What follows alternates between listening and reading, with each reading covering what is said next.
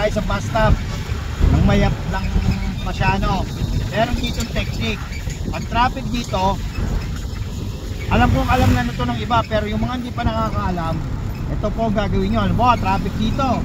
Yan po yung yan po yung barangay hall ng Pasiano. Kakanan kayo rito, sa banda rito. Kanan kayo rito, kanan. Kunyari traffic dyan mga katoda. Kanan dito, kanan tayo rito. Doon tayo lalabas sa kabila. Ito po yung hindi po ito pinagbabawal ng technique. Pero ganito po talaga to. Yan. Ako, traffic dyan sa Pasiano Road ngayon. Ito po tayo. Kaso lang, kung nakikidaan lang tayo rito, ay daan-daan lang naman ang takbo at medyo residential po ito. Mga katoda, ito po, alam kong alam na ito ng iba, pero yung mga hindi pa nakakaalam, ito po gagawin nyo. Okay na daan, may diretso lang to, taanda lang ang maneho at tayo'y nakikiraan lang.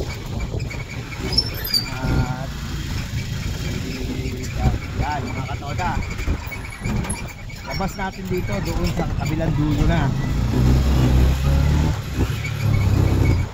Traffic dyan. Yung pinakikita nyo yung intersection na yan, yung kumanan na yan papuntang Lawa, barangay Lawa. Pwede yun doon dumaan sa loob kayo ng subdivision dadaan. Yung kaliwa papunta doon sa inanuwa natin traffic. Iniwasan natin kunyari traffic yan. Kunyari traffic yan dito kayo lalabas. Kunyari lang traffic doon dito pa rin, dire-diretso pa rin. Diretso pa rin. Ito yung mga secret dito sa Kalamba na alam ko, karamihan alam na to, lalo na yung mga nagsisikil na to tricycle, mga 4 wheels rin iniiwasan yung traffic dito sa Pasiano Road na yun. Labas natin dito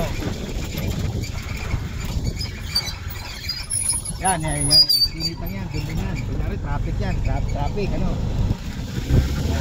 ay lalabas. Labas natin dito magugulat kayo. Yung mga hindi pa nakakaalam, magugulat kayo. Pero yung nakakaalam na, pwede nyo na pong skip ang video na to.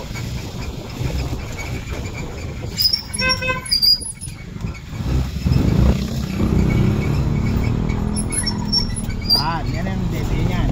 Yung kanan papuntang kabahayan na yan, medyo may ilat dyan, ilog. Kakaliwa tayo nito, iwan tayo sa mahabang traffic, lalo na pag rush hour. Yan, ang labas natin dito, kung napapansin ko, puro mga boarding house dito. Dahil ang labas natin dito, yan ay lagpas na yung perpetual. perpetual na.